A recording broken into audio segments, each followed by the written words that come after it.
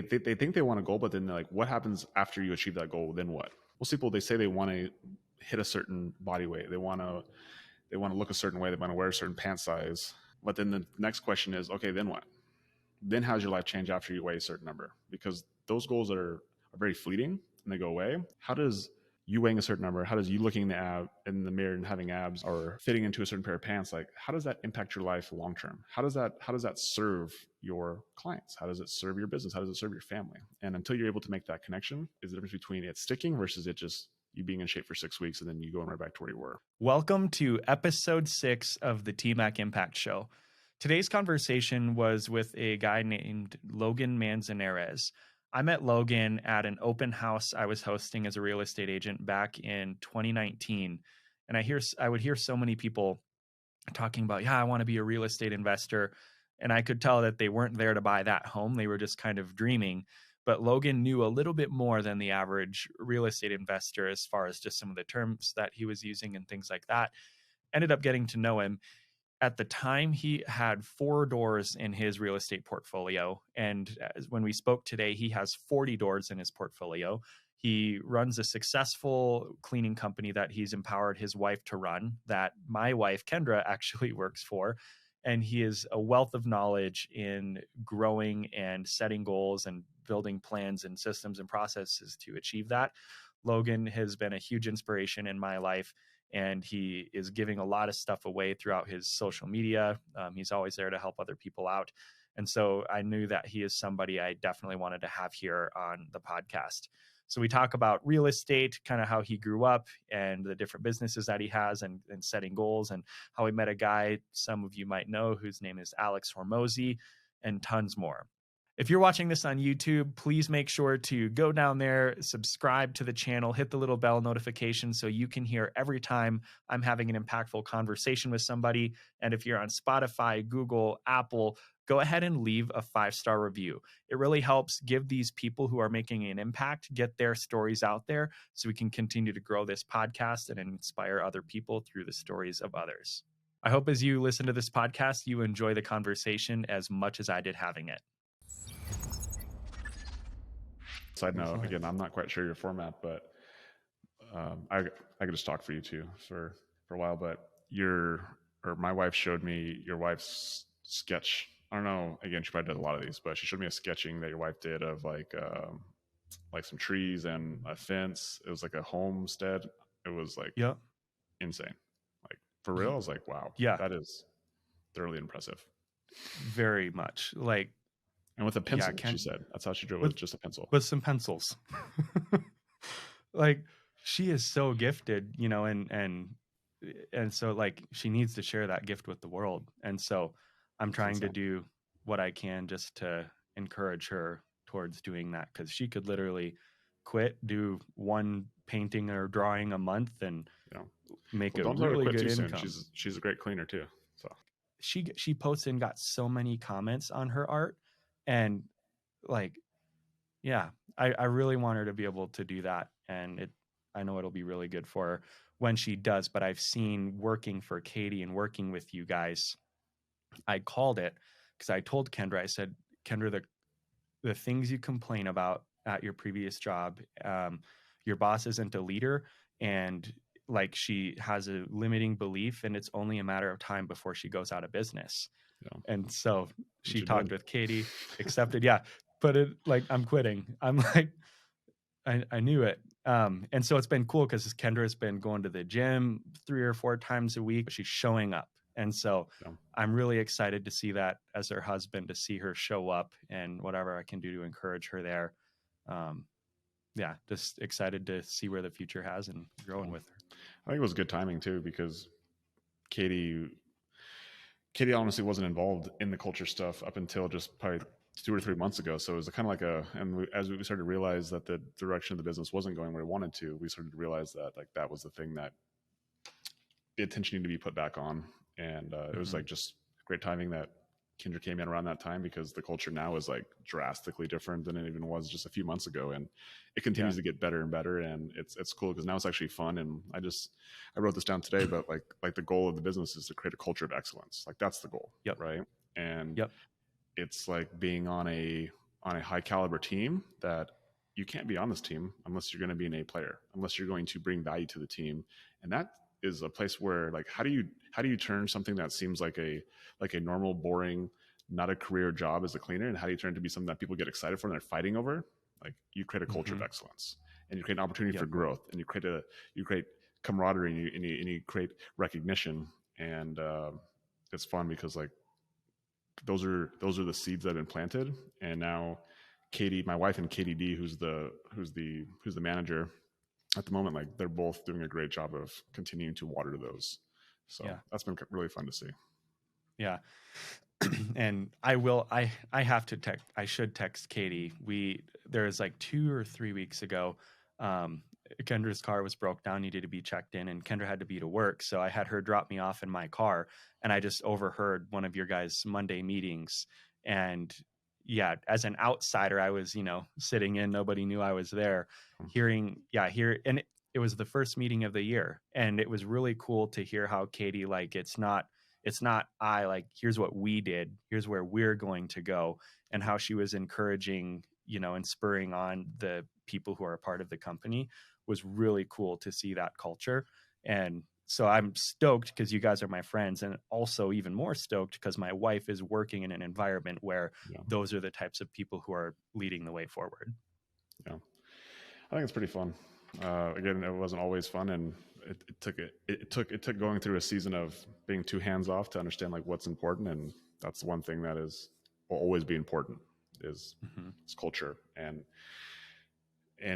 really driving that and setting standards and again, like we talked about, like, giving a place an environment that is challenging and rewarding, and people get recognized for their efforts rather than just getting recognized to simply do the bare minimum. Like, go do the Mm-hmm. bare minimum somewhere else. Like you can get that job Yeah. anywhere. Yep. So Absolutely. Well, and that actually, so like I just right away at the beginning, I'm going to go through a lot of this stuff, and start the podcast a while ago and, chop some things up. yeah, Um, that actually goes into kind of the first thing I wanted to talk with you about is brother, we're 20 minutes when in now, and now you're just getting what you want to talk about.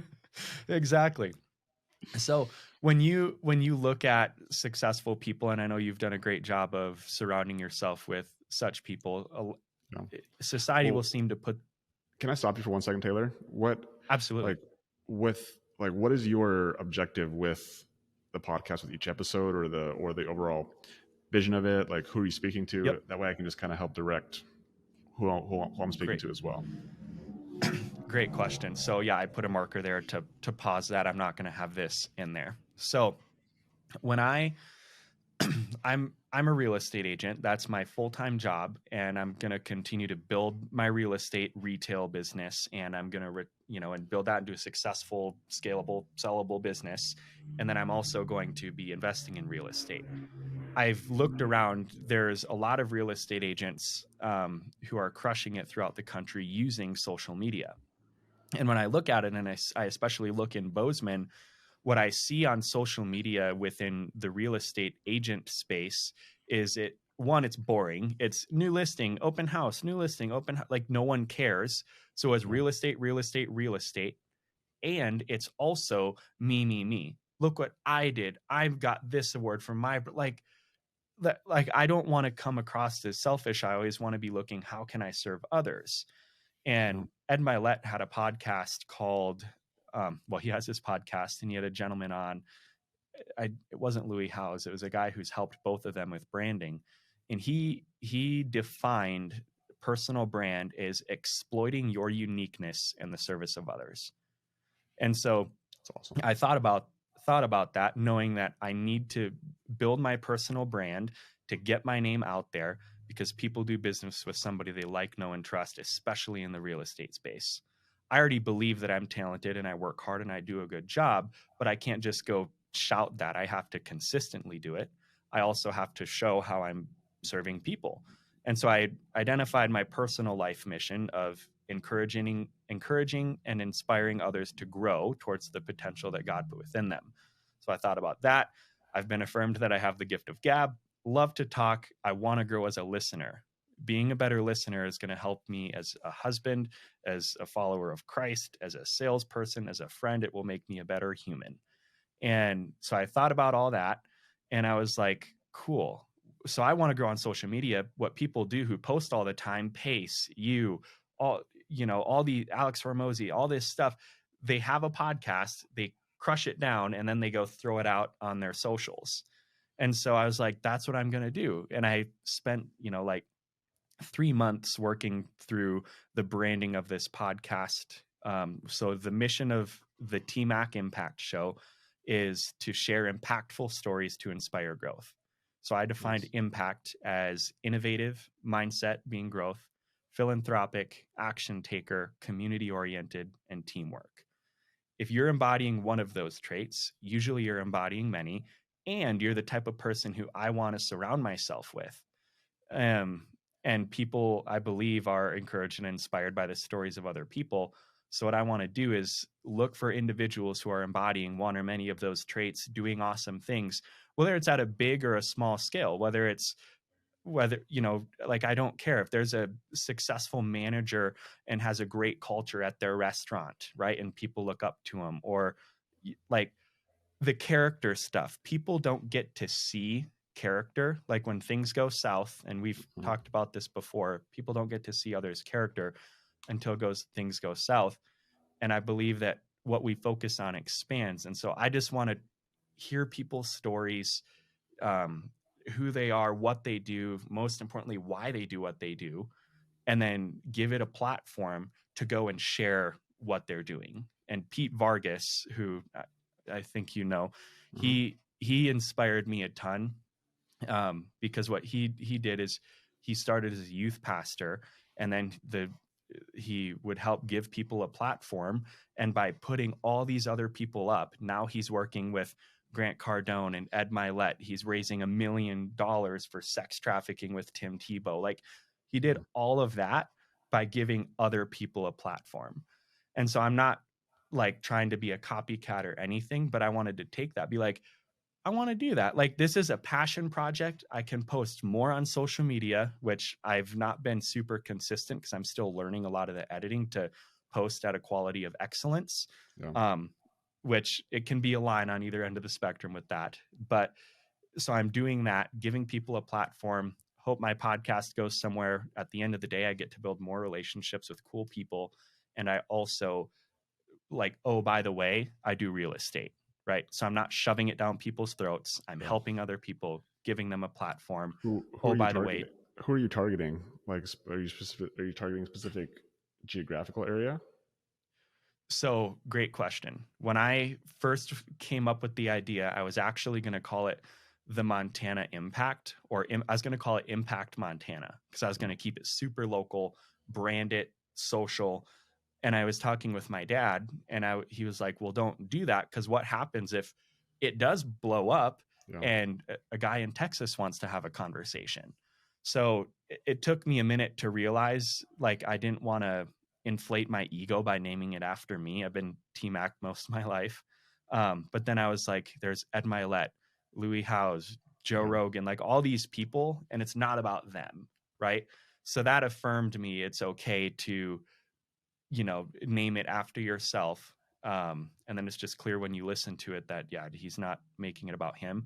But I've not set an avatar of real estate investors or millennials. Yeah. It's just because that's not why I'm in it. I'm in it because I want to hear cool people's stories. And if they listen to it, great. And if not, and you don't like this type of content, you're probably not the person I want to hang out with anyways. Yeah. That's great. I just think about it from my situation. Like, that's always the thing I always go through is like, if I were in Taylor's shoes, like, how would I make this the most impactful? Outside of everything you just said, the one thing that I would target my avatar towards is I would start anyway with local business owners or local people, because those are also your customers, and they're also people who talk, and they're also people who can refer. And so and it's a great opportunity for you to like all of those traits that you said. A lot of those people are entrepreneurs, and so that's always an easy demographic to start with. And it's a good opportunity for like, hey, like, I want to know who the owner of the R Bar is, or I want to know the owner of a specific restaurant or a specific business, and like making that connection it'll hit so many things that you just talked about, along with the fact that you also have a person that you can network with. It's a person that you can actually get Yep. a referral from, a person who could actually buy a house from you, right? It's like Yep. that's like, okay, so you're basically doing a sales call, but you're doing it recorded, and like you have the easiest way in to do cold calling. Yeah. Like that's how I see it. Yeah. Yep. It is. Um, absolutely. So I am excited to see, yeah, like I said, where it goes in the converse. Because what I found myself is I would be sitting at the sauna at the Ridge, and I would be having very similar conversations because I like to go deep with people and just Yeah. learn more about them than, hey, you looking to buy, sell, or invest? Shut up. Like I would have these conversations, and I actually got affirmed. I'd only recorded, I think, 2 episodes, and I was having a conversation with a gentleman in the he was a retired dentist and helps people with fitness stuff. And a guy walked in after about 5 minutes. The guy was like, "Do you guys have a microphone going? Are you like recording a podcast?" I was like, "It's funny that you say, because actually, in a few days, I'm launching my very first podcast." But no, It's so I took awesome. that as an offhand compliment. It's a sign. It's a sign. Yeah. It's awesome. Okay, cool. So, um, All right, now yeah, half an thank hour you. later, Thank you you for can get into asking. your first question. Yep. 30 minutes later, we are now starting the podcast. So, we've been talking a lot about, yeah, just culture and success and things like that. And in society, if you're not thinking positively, you're like, oh, they got lucky or they had this handed to them or whatever. Well, most of the time, it's regular people just like you or me who were disciplined. They worked hard. Maybe they were in the right room at the right time, but a lot of people are self made. And so you rewind back to where they grew up. And so that's where I wanted to start with you is where and how did you grow up? Yeah. So I grew up in the military. We chatted about this a little bit before, but I grew up in a military family. I was actually born on an Air Force base, Ogden Air Force Base. It's right out, or Hill Air Force Base, right outside of Ogden, Utah. And my first, until I was fifth grade, I lived as a military brat. Every 2 or 3 years, we would move. We went from Utah, then we lived in Germany for a couple of years, then we moved to Texas, and then we moved to Montana. And when we got to Montana, that's when my mom got out of the surface was. So both my parents were actually in the Air Force. That's where they met. They conceived me out of wedlock, and the reason I know that is because they got married on Halloween, 1987, and I was born on June 25th, 1988. So shorter than 9 months. Yeah. I did the math, but we lived a military life, and so I was getting told what to do a lot of my life, and then my parents ended up splitting up when we got back to Montana. When we got to Montana, and so the transitions continued. And so I never actually lived in the same house for more than 2 years until I was like 23 years old. And Mm. so I did a lot of moving, a lot of transitioning, and ironically enough, we just moved down to Arizona a couple months ago, and I just continue that trend, I guess, of just continuing to always be moving and never staying in the same spot. So Mhm. I'm not sure how much more you want to go from there, but that's my Yeah. foundation. Yeah, that's cool. And were you in so military lifestyle, being told what to do? Were you in sports or anything growing up? Yeah. So neither of my parents were into sports. I found sports just through friends. I was definitely influenced as a young kid. I can remember like my best friend's name was Jaron, and this was in Germany. So I was either kindergarten, first or second grade, and I would always go to his house, and he had Redskins sweatpants that he lent me one time, and so I became a Redskins fan. Hmm. He came to school one day talking about Shaq and talking about Akeem Olajuwon. The NBA Finals were going on, and in that moment, I decided to become a Houston Rockets fan because I wanted the Rockets to win, and so at that moment, I became a Rockets fan. Yeah. Um, and so my dad my dad did like baseball, and he actually did coach baseball. So I should take that back because he did like baseball. He never played baseball, but he just always liked it, and he was actually my little league coach, and we were the Cubs. So I became a Cubs fan, and so that's how I like picked all my sports team from when I was a kid, and they're still Hmm. my favorites till this day. I'm not as like I don't watch sports all that much anymore, but I still follow along just to have an idea of what's going on. But yeah, I grew up playing sports, and because all my friends played sports, and so Yep. throughout.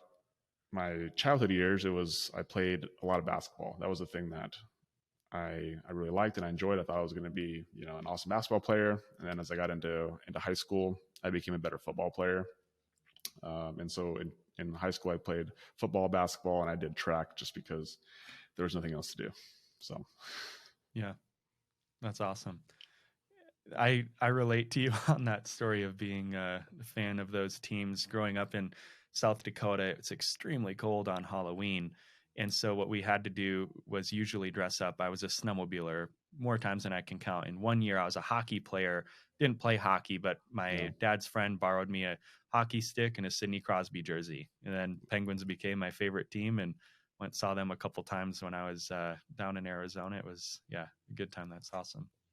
yeah, and Um, from being from Montana, being from South Dakota, like we don't have professional sports teams, so you end up picking your yeah. teams somewhat randomly, I think. Yep, absolutely. And so when you were growing up and playing sports in the military, did you have any, I mean, did you want to be in the military or what?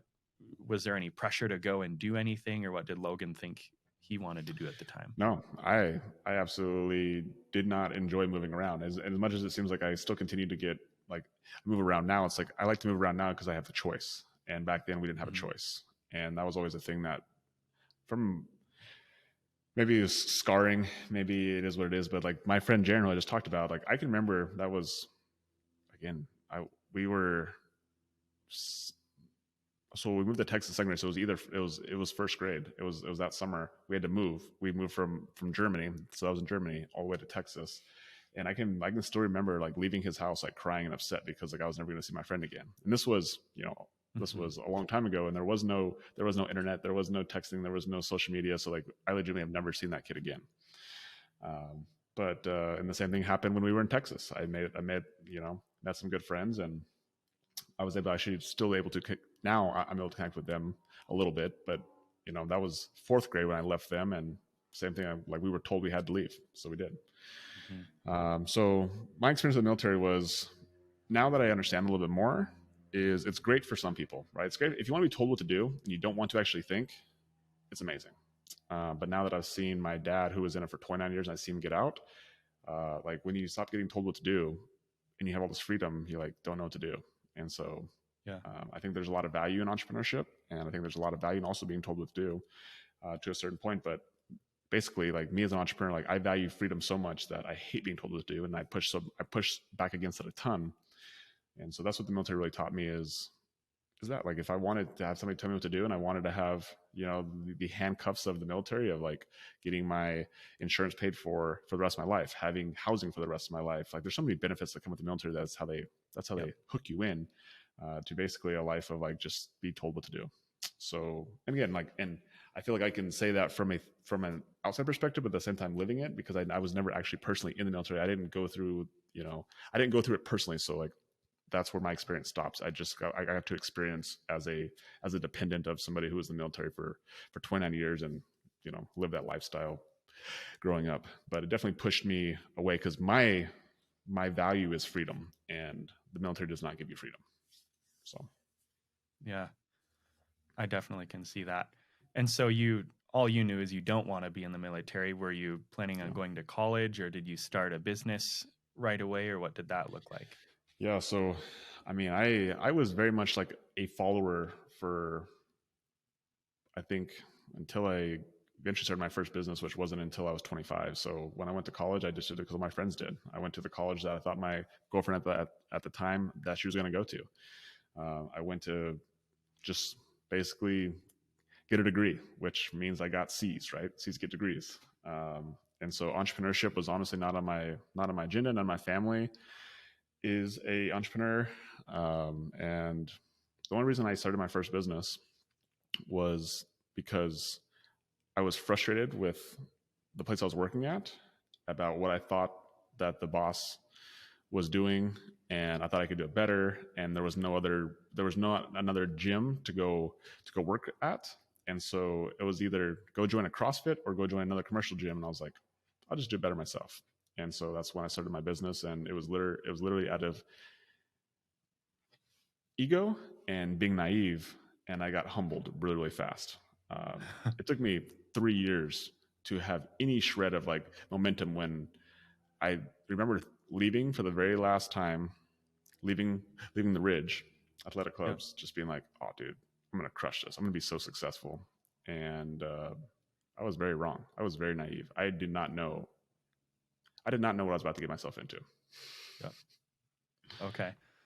How did you start that then? I mean, did you go to Play It Again Sports and buy some weights and open up your garage, or how did you Yeah, officially open a business? it's a good question. So I one of the frustrations I had at the gym was that I love to lift heavy weights. And so I love to deadlift, I love to bench press and squat, which squats and bench press are fine because there were squat racks and bench presses at the gym. But deadlifts and doing cleans and doing snatches, all that type of stuff. This was 2011. Like there was no platform inside the Ridge or any commercial gym at that time. Like that was not a thing. Like CrossFit had just started probably like 4 or 5 years ago, really taking off. That's when the CrossFit Games were on the big stage. Everyone was talking about it, but it hadn't really hit the general fitness market. So I was the black sheep of the gym, not only just as someone who lifted there, but also someone who was a personal trainer there too. And so I can remember the moment there were like we had this little room. It was called the Velocity Room. It was literally 300 square feet. This is where we got to train our clients who are athletes. There was like a high speed treadmill in there. And it was just kind of a nice little place that we could train athletes. And we had like a team meeting with all the personal trainers.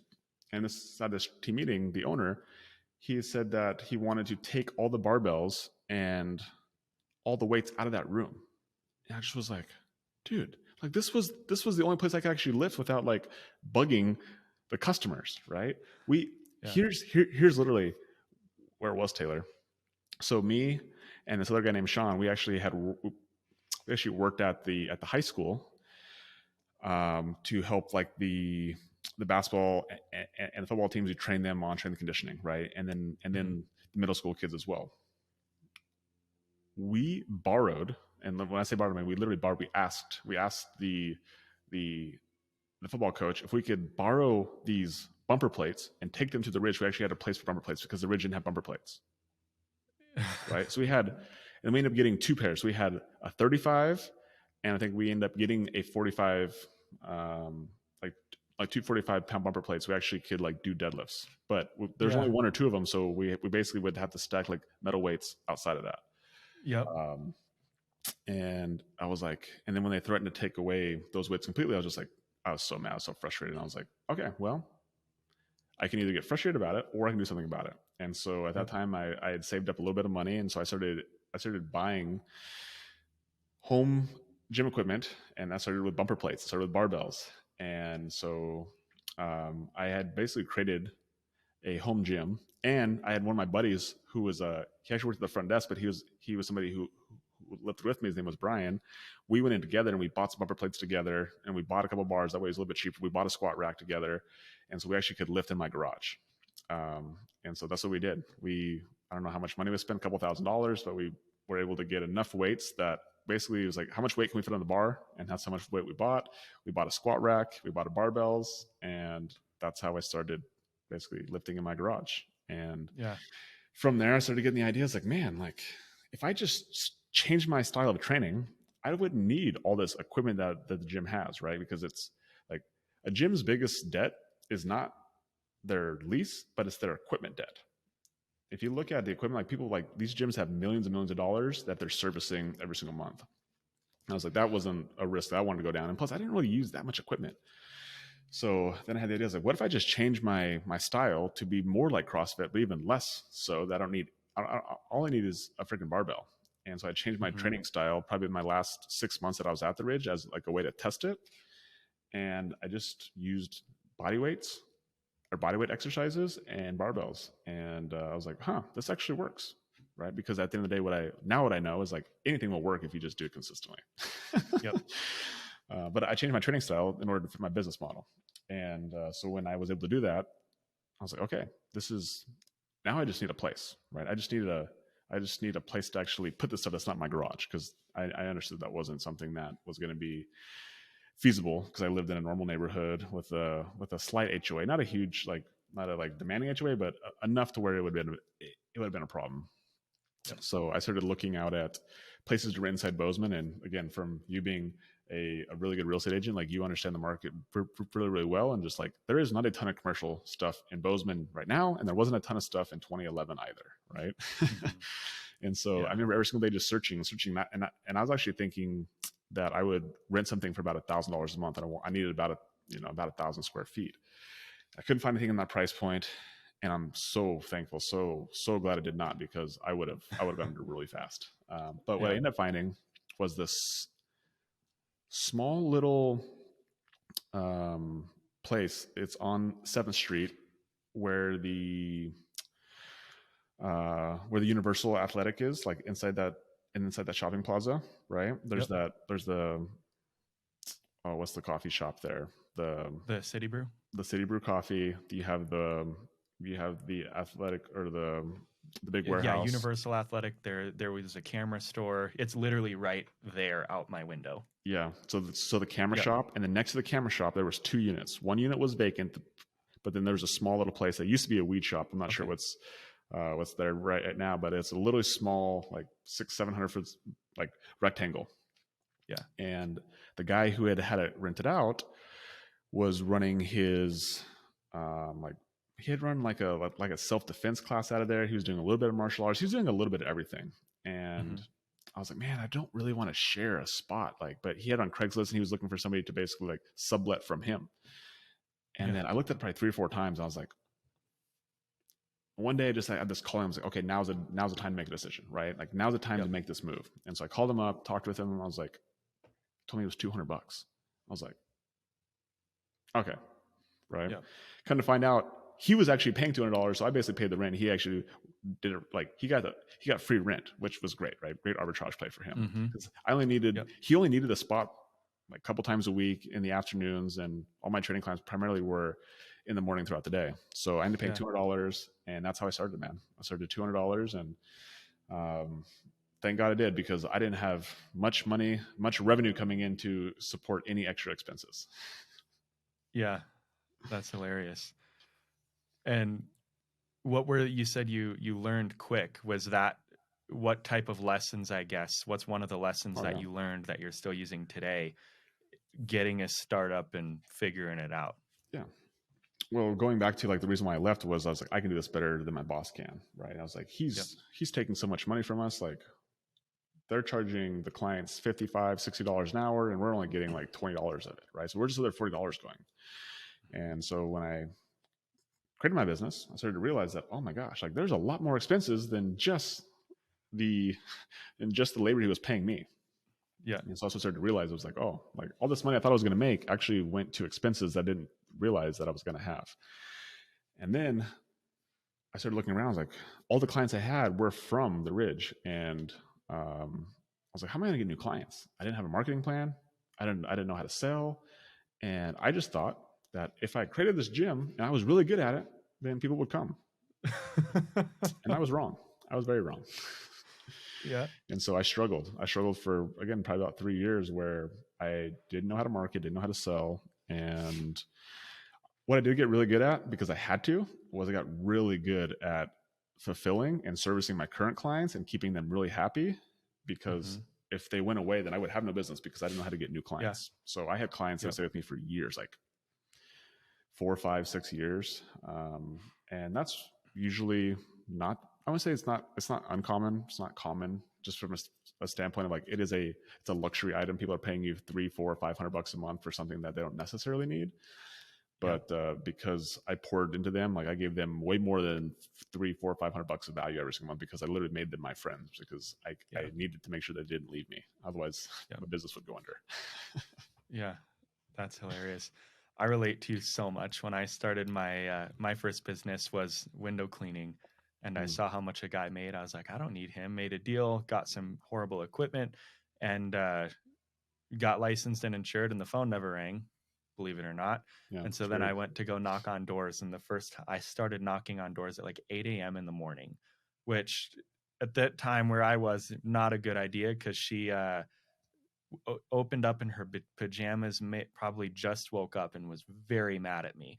scolded me out, and then I went home because I was like, I need to figure something else out.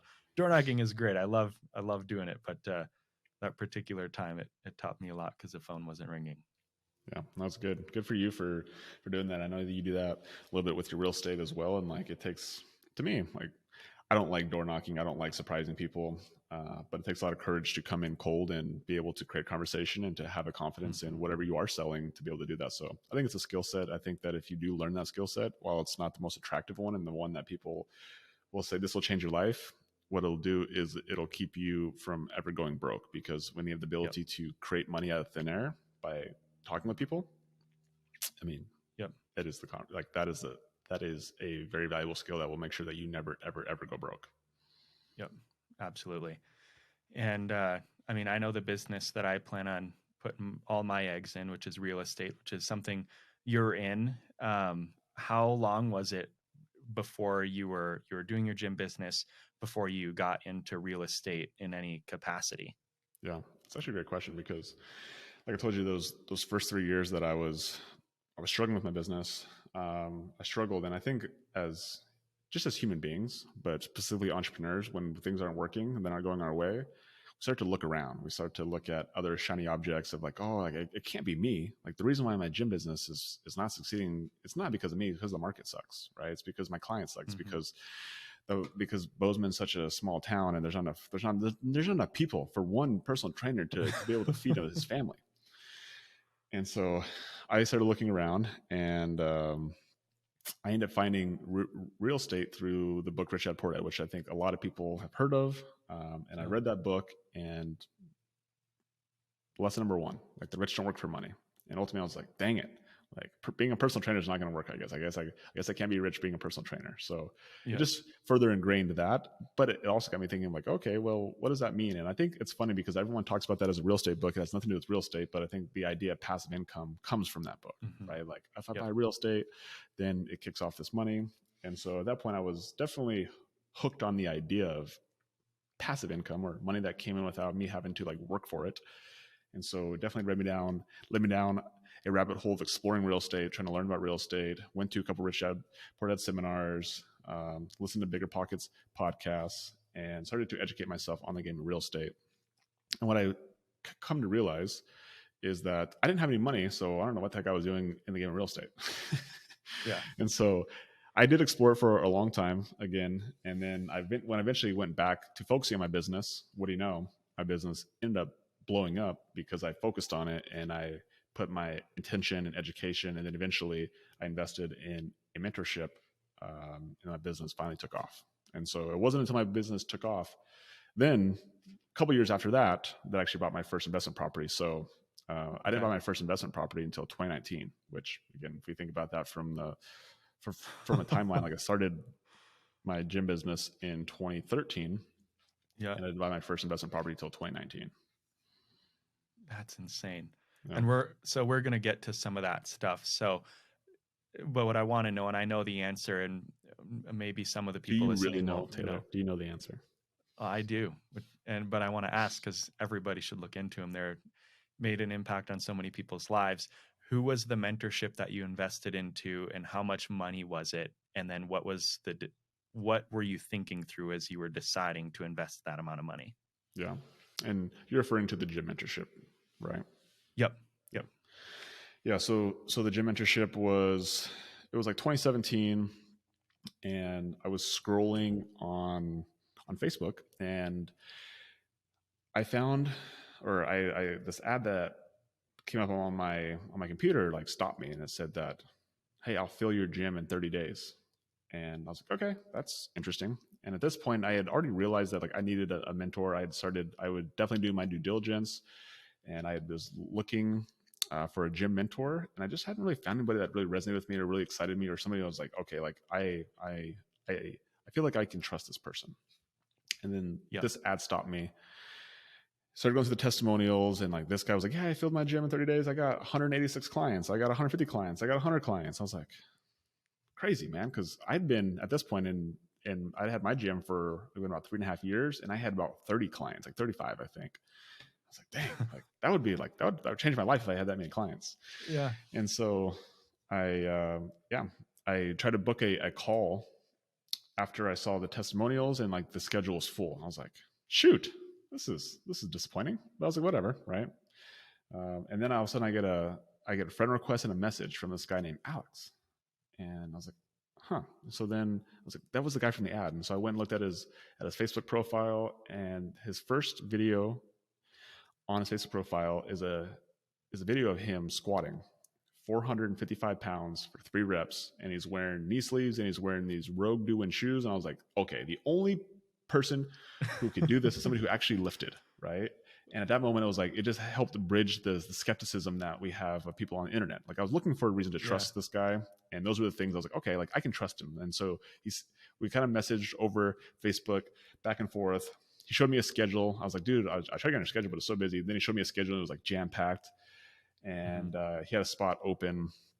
Ended up getting on a phone call. It actually wasn't even with him. I thought it was with him, but it was with his assistant. And so got on this phone call with his assistant. She qualified me. She asked me all the questions on my gym, how much revenue we did, how many employees we had, how much capacity we could take. And I just felt like I was getting interrogated. I was like, I'm not even sure if I'm even going to be able to qualify for this thing. And she's like, okay, I think you qualify. But the last question is like, I just got to make sure that you're prepared to make at least a 4-figure investment. I was like, yeah, okay, fine, right?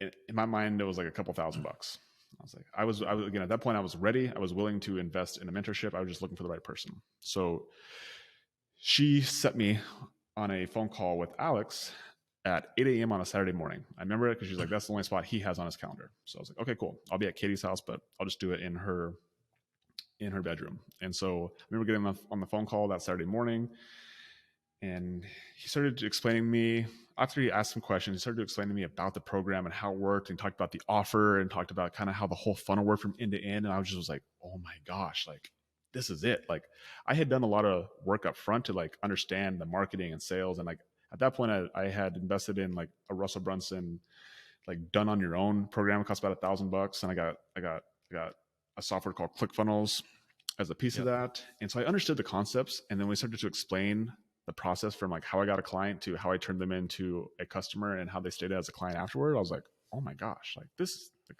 I know this will work. And at that moment, I was like, I think he gave me so much information. I think I could do it myself. Like there was one thought in my head. I was like, I think I could do this myself actually. Right. And then we get to the end of it and I was like, okay. He's like, I'm like, okay, so what's the price? Right. I'm ready. Like you've been leading me up. I understand it's going to like, I see the value. Like it's going to be expensive, I think. Right. But in my mind, I'm still thinking it's just going to be a couple $1,000s. Right. He's like, are you ready for the sticker shock? I was like, sure. And he tells me it's 10K. And then all of a sudden my heart just sank. And I remember sitting there just like this,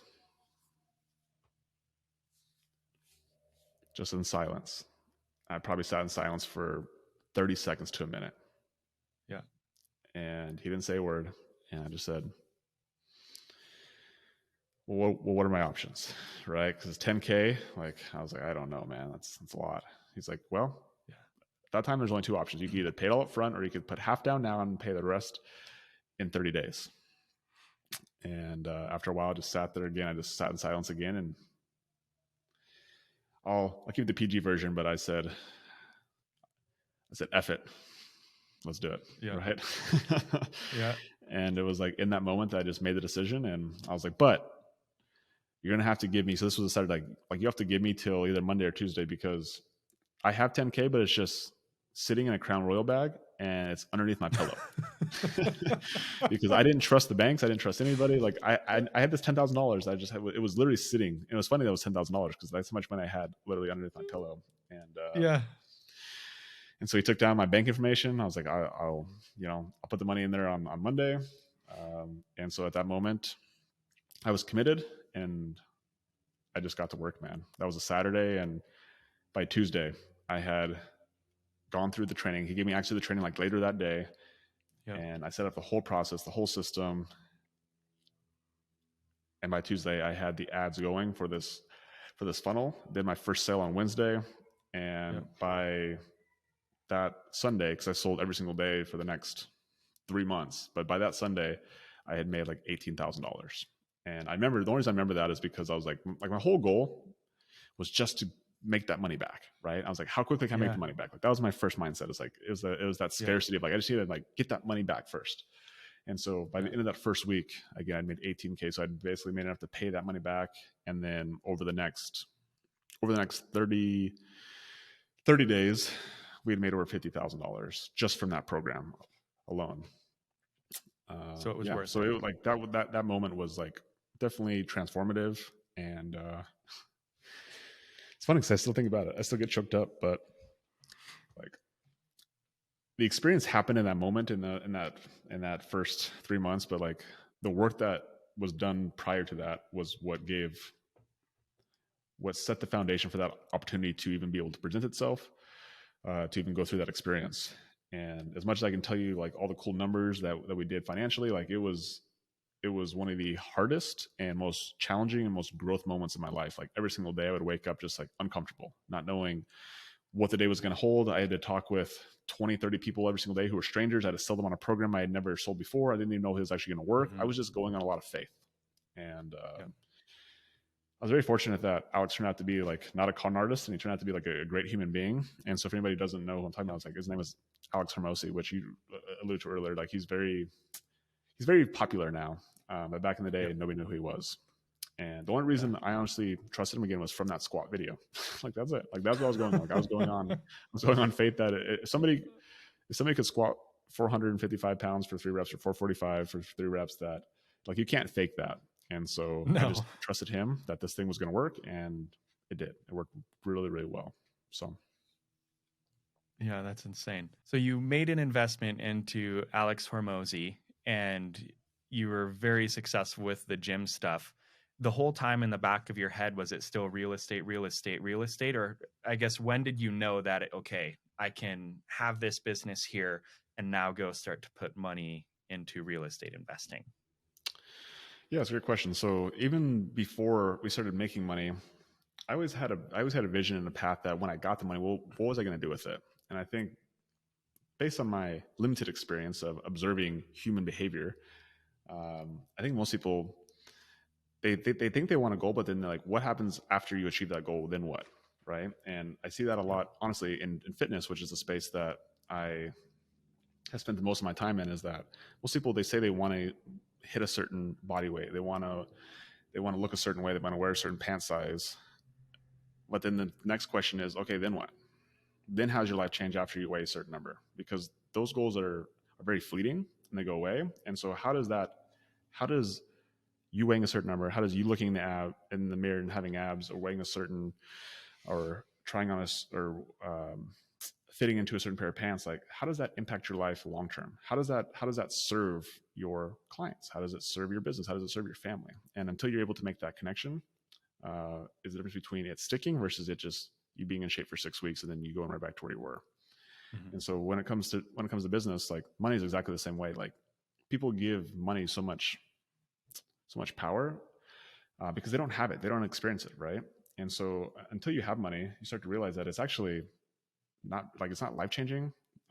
There's far less utility to money than we think.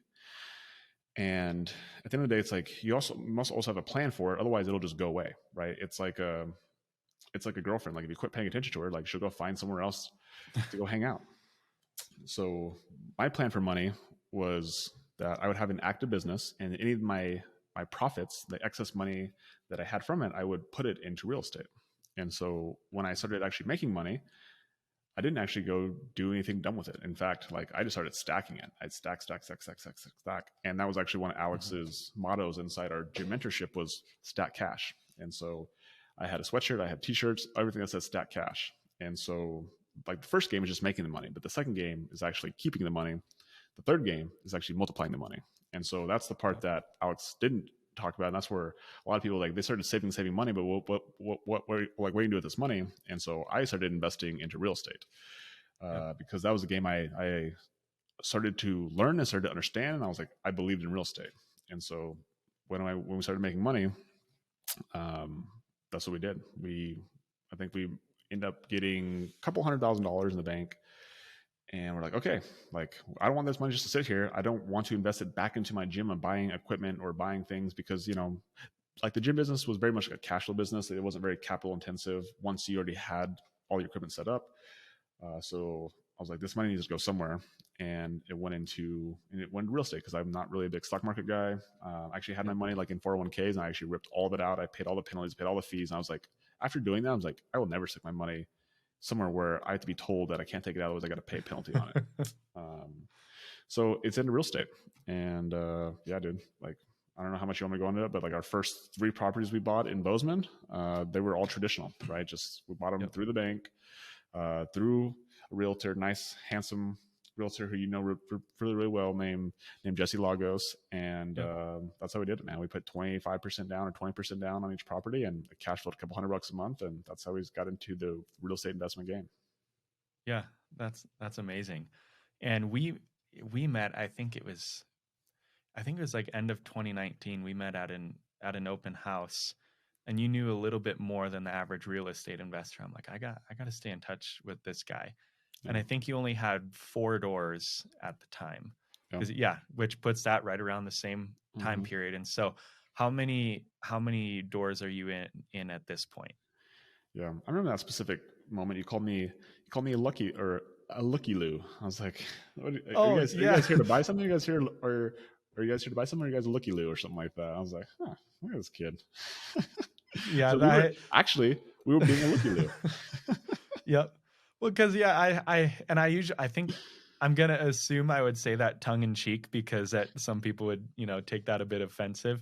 Um, yeah, I don't know. Something was different about you guys, and I was like, all right, we're gonna qualify this guy, see if I frustrate him, and yeah, in the end, it worked out. Here we are. Yeah, it was good. But I think we actually got into a conversation talking about Rich Dad Poor Dad. I think is in what we talked yep, about, but yep, um, yeah. So as of right now, we actually have 40 doors. So I guess that's 10x from when we first met. yeah, yeah. That's insane. And so you're at 40 doors.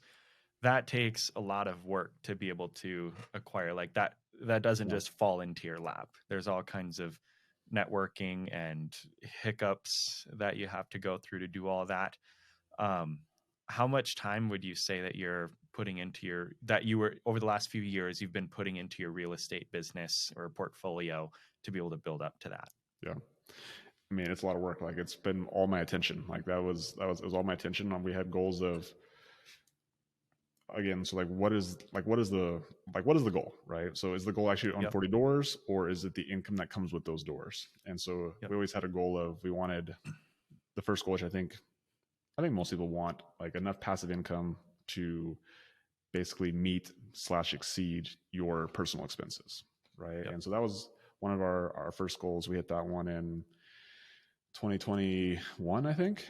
So it's almost been 2 years, Mm-hmm. where we basically had enough income from our real estate that if we chose not to work, at least we would have our personal expenses covered, right? Which would be financial um, security. I think that's what that Yep. one is, right? And then we had bigger goals of, okay, now that we have our our expenses that we do like our recurring expenses met every single month, like what about if we had wanted to like do some fun things, right? We wanted to like throw some cool cars or some trips in, or some more frivolous expenses in there. And so then we started we made a goal for that, and we ended up hitting that goal. And then when we had like, okay, what's our freedom goal? Like our freedom goal is like we can literally do whatever we want. We don't have to like work for money if we don't want to. We can travel. We can do things with our kids. We can have a nice appetite of buying the nicer things in life. Like, what does that look like? And when we actually made that goal, the realization I came to is that in the time frame I wanted to hit it, goal was not going to be done through real estate. It was just a bigger number, and I was like, we actually have to do that through business, right? Mm-hmm. And so the last 2019 since now 2023, it's been about 3 years. All of our attention has gone into real estate, and but now that our goals have changed a little bit, I see real estate not so much as like a cash flow game as I did before, but like it's the long term. It's actually the investing game. It's actually like if we sit on property for long enough, it will eventually just go up, or we'll pay the principal down enough that there'll eventually be equity in there, and then we can harvest that equity with cash at refinances, or if we want to, we can 1031 it into something bigger, or we can like instead of having like 10 single family homes, we can sell all those and transition into one big multifamily. But that's how I see our real estate now. Whereas these last couple of years, actually, I've seen it as as a cash flow game, and so Mm-hmm. now my attention is like growing our business because that is a different skill set. Yep. There's a lot of skill sets that transition from being like a real estate investor versus being an active business owner. Mm-hmm. But what I realize is that I do have a lot of skill sets that I've learned through business that if I do not exercise those skill sets, I will lose them, and and they also are better opportunities, better vehicles for active cash flow, and a lot quicker than the game of real estate. So, Yeah. but yeah, to answer your question, like a lot of work, like Okay. all my attention was into that for the last 3.5 years. Yep. Absolutely. And I know you're definitely a a deep thinker, and I would say intellectual, and you have a standard of excellence, as we kind of spoke about earlier, Yeah. talking about your cleaning company that Katie's rocking and rolling with. What did you do in that time to make sure that, okay, not only are you successful in real estate investing in your business, because that's important, but even more important, what were you doing to make set standards to be successful at home and having a healthy marriage and a good relationship to be pouring into your kids and things like that? Yeah. I think a lot of it is being a leader, so leading from the front.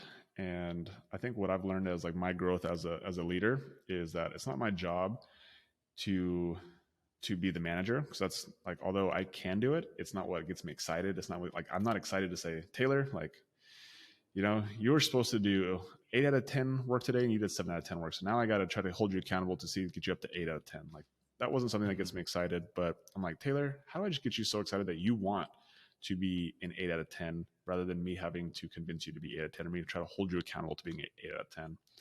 And what I've Yep. learned by like my goal as being a leader is to make you a leader and say, hey, like, you need to go actually teach somebody else how to be 8 out of 10 so you can be an 8 out of 10, right?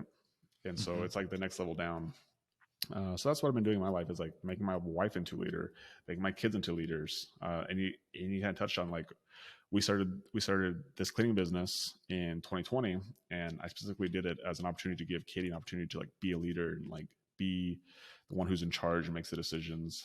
And like Yeah. my role in that company is literally just like, I'm an advisor. Katie's the one who runs it, and she is a leader. And so that's Yep. been my goal. And what I've really focused on the last couple of years also is like bringing in leaders and giving people opportunities to take a skill set and own it, and then share it with the next person down, right? Yep. Continue the chain. Mm-hmm.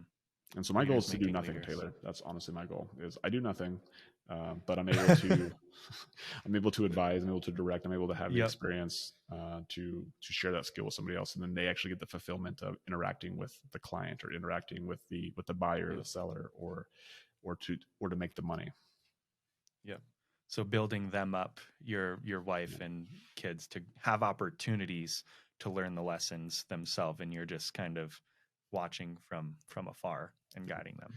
Yeah, I think it's like, how are we going to clean 10,000 homes, right? For example, for the cleaning company, it's not about me Yep. going out there and cleaning homes, right? But it's me being the leader that sets the culture and the priority of that they're bringing good people who can clean homes, and then bring Mm-hmm. somebody, another layer of management on top of them, that's like, that's their job, is to grow the cleaners and to make them feel empowered, Yep. and to hold them to a high standard. And then it's my job to hold that person who's in charge of them, who's in charge of the cleaners, like, to hold them to a high standard, and then just continue to Yep. level up. And so whether we do that through, growing Buzz and Five Star Cleaning into a massive conglomeration, or we open up more cleaning companies across the state, across the country, like, who knows? That's again, like that's not the goal, but the goal is just to grow people. And so as we grow people, the opportunities will start to present themselves.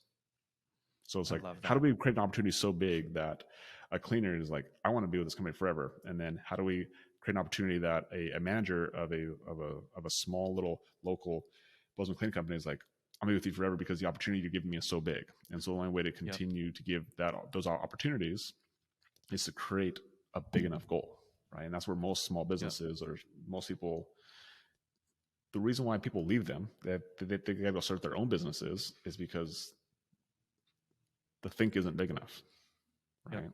Like it's only big enough to satisfy one person's goals, and once that person's goal is satisfied, then it's just a revolving door of going in and out of it. But how do you Yep. make the think so big that more people have the opportunity to play inside your game? And so the bigger your goals, the more people can fit under inside your goals. Yep. Absolutely. It sounds like the what you did with so how you're making sure you're successful at home is the principle that I took from Rich Dad Poor Dad, and that is you can get a job for what you learn or for what you earn. Yeah. Because I wanted to get into real estate, but I had no clue how I was going to do, and I failed forward. And I've learned now after years and lots of transactions how to help people in real estate, and I've made money along the way, and will continue to do that, God willing. But Yeah. it yeah, I've learned from the opportunity I put myself in. And so it's really cool to hear that now you've given Katie that opportunity. And I know that it's successful because my wife is working for you guys. Yeah. And I'm, grateful for that.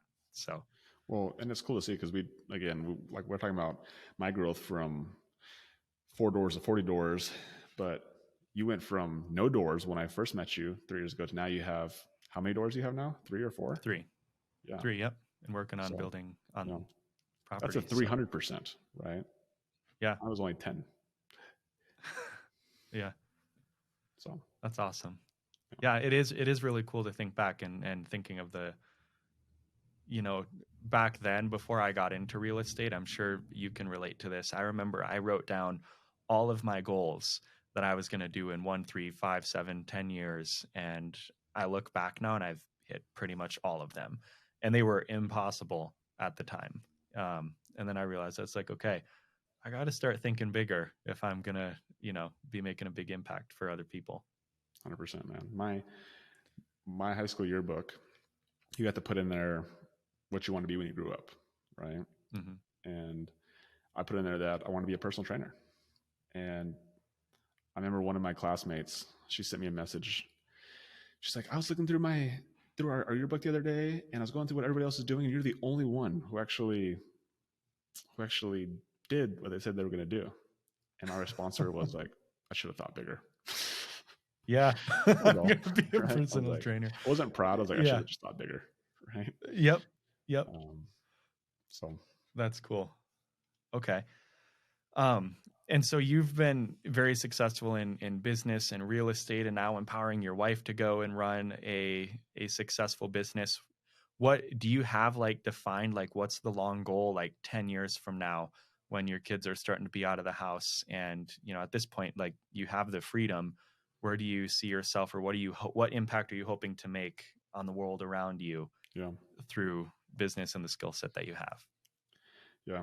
I think the word success gets tossed around a lot without being defined. I actually think most Mm-hmm. words get tossed around without being actually defined. We're actually able to come to Yeah. terms. We're able to get really clear on goals and targets, and then when we get really clear on goals and targets, it actually becomes really easy to hit. So, as far as like what is the goal, like what is the target? The target is just to stay in business. Like full transparency, like I just know that if I'm in business, Taylor, in 10 years, I will be more successful. I will have more money. I will have impacted more people. If I'm just still in the game. The only reason that Yep. I would not be more, I would be less wealthy. I would have less impact on the world, and I would be less happy is if I was not in the game. Right? Like that's it. Yep. So my ultimate goal is to stay inside the game. And so when I start to like work that back to like how do I stay in the game, I have again like this comes in different seasons, right? Everyone must go Yep. through like different seasons, but the season I'm in right now is like I don't need to work for money. I do not want to work for money. And I know that if I work for money, then the chances of me being in the game in 10 years by doing something that is not true to me and like true because I'm like trying to chase a dollar, like the likelihood of me actually doing that thing is low. And so Yep. what I do now is focused on what you talked about is impact and serving and like and fulfilling, like what gets me going, like what makes me excited. Yep. Right. And so if that doesn't mean that there's not things that I don't do that don't get me excited and like don't necessarily give me energy. Like some things I still have to do, but really quickly, I'm like, if this becomes something that I constantly have to do, becomes repetitive, I'm always looking for either a person or a process to eliminate that. Because long term, if I don't like doing something, I will eventually not do it. Right? It's the reason why people don't last when it comes to health and fitness is because they inherently don't like doing it. Yep. For a period of time, anybody can do something to get a specific result, but again, if you eventually don't like doing it, and you don't understand how to tie it to something that's bigger than a certain weight on the scale, or looking a certain way, then eventually, if you don't like doing it, you will find really good reasons not to. Like I have a laundry list of really good reasons why you shouldn't work out, why you shouldn't go to the gym, why you shouldn't eat healthy. Like I have all those, right? Yeah. It sounds like kind of doing whatever it is that you enjoy doing. Otherwise, you're not going to be doing it. So doing the things that you enjoy and then building up other people along the way of doing whatever that might be at the time. You've had a season of building a gym company, of becoming financially free with real estate, and now you're pouring into your wife and growing another business, and that's going to continue to multiply. Yeah. Yes. I think ultimately, again, going back to the different levels of game, like you must understand how to make money, how to manage money, and then how to multiply money. And then the fourth one is like learning how to make money matter, right? So like, what do you do with your money? That's like that's like the fourth piece of the game. And so like that's the impact that you put on. And so most people think about it as charity. That can definitely be a piece of it, but like how do you make money matter to you? So that could be investing in your family. It could be investing in yourself, and maybe you want more relationships. Maybe you want to create a podcast. Maybe you like, what is it that gets you excited? What is it that gets you fulfilled? And ultimately, like as long as I believe that as long as like we as human beings continue to grow, it's like what we're meant to do, right? Some people they grow through business. Some people grow through being artists or through their work. Some people grow through service. But ultimately, like it's growth that keeps us as human beings moving forward. Yeah.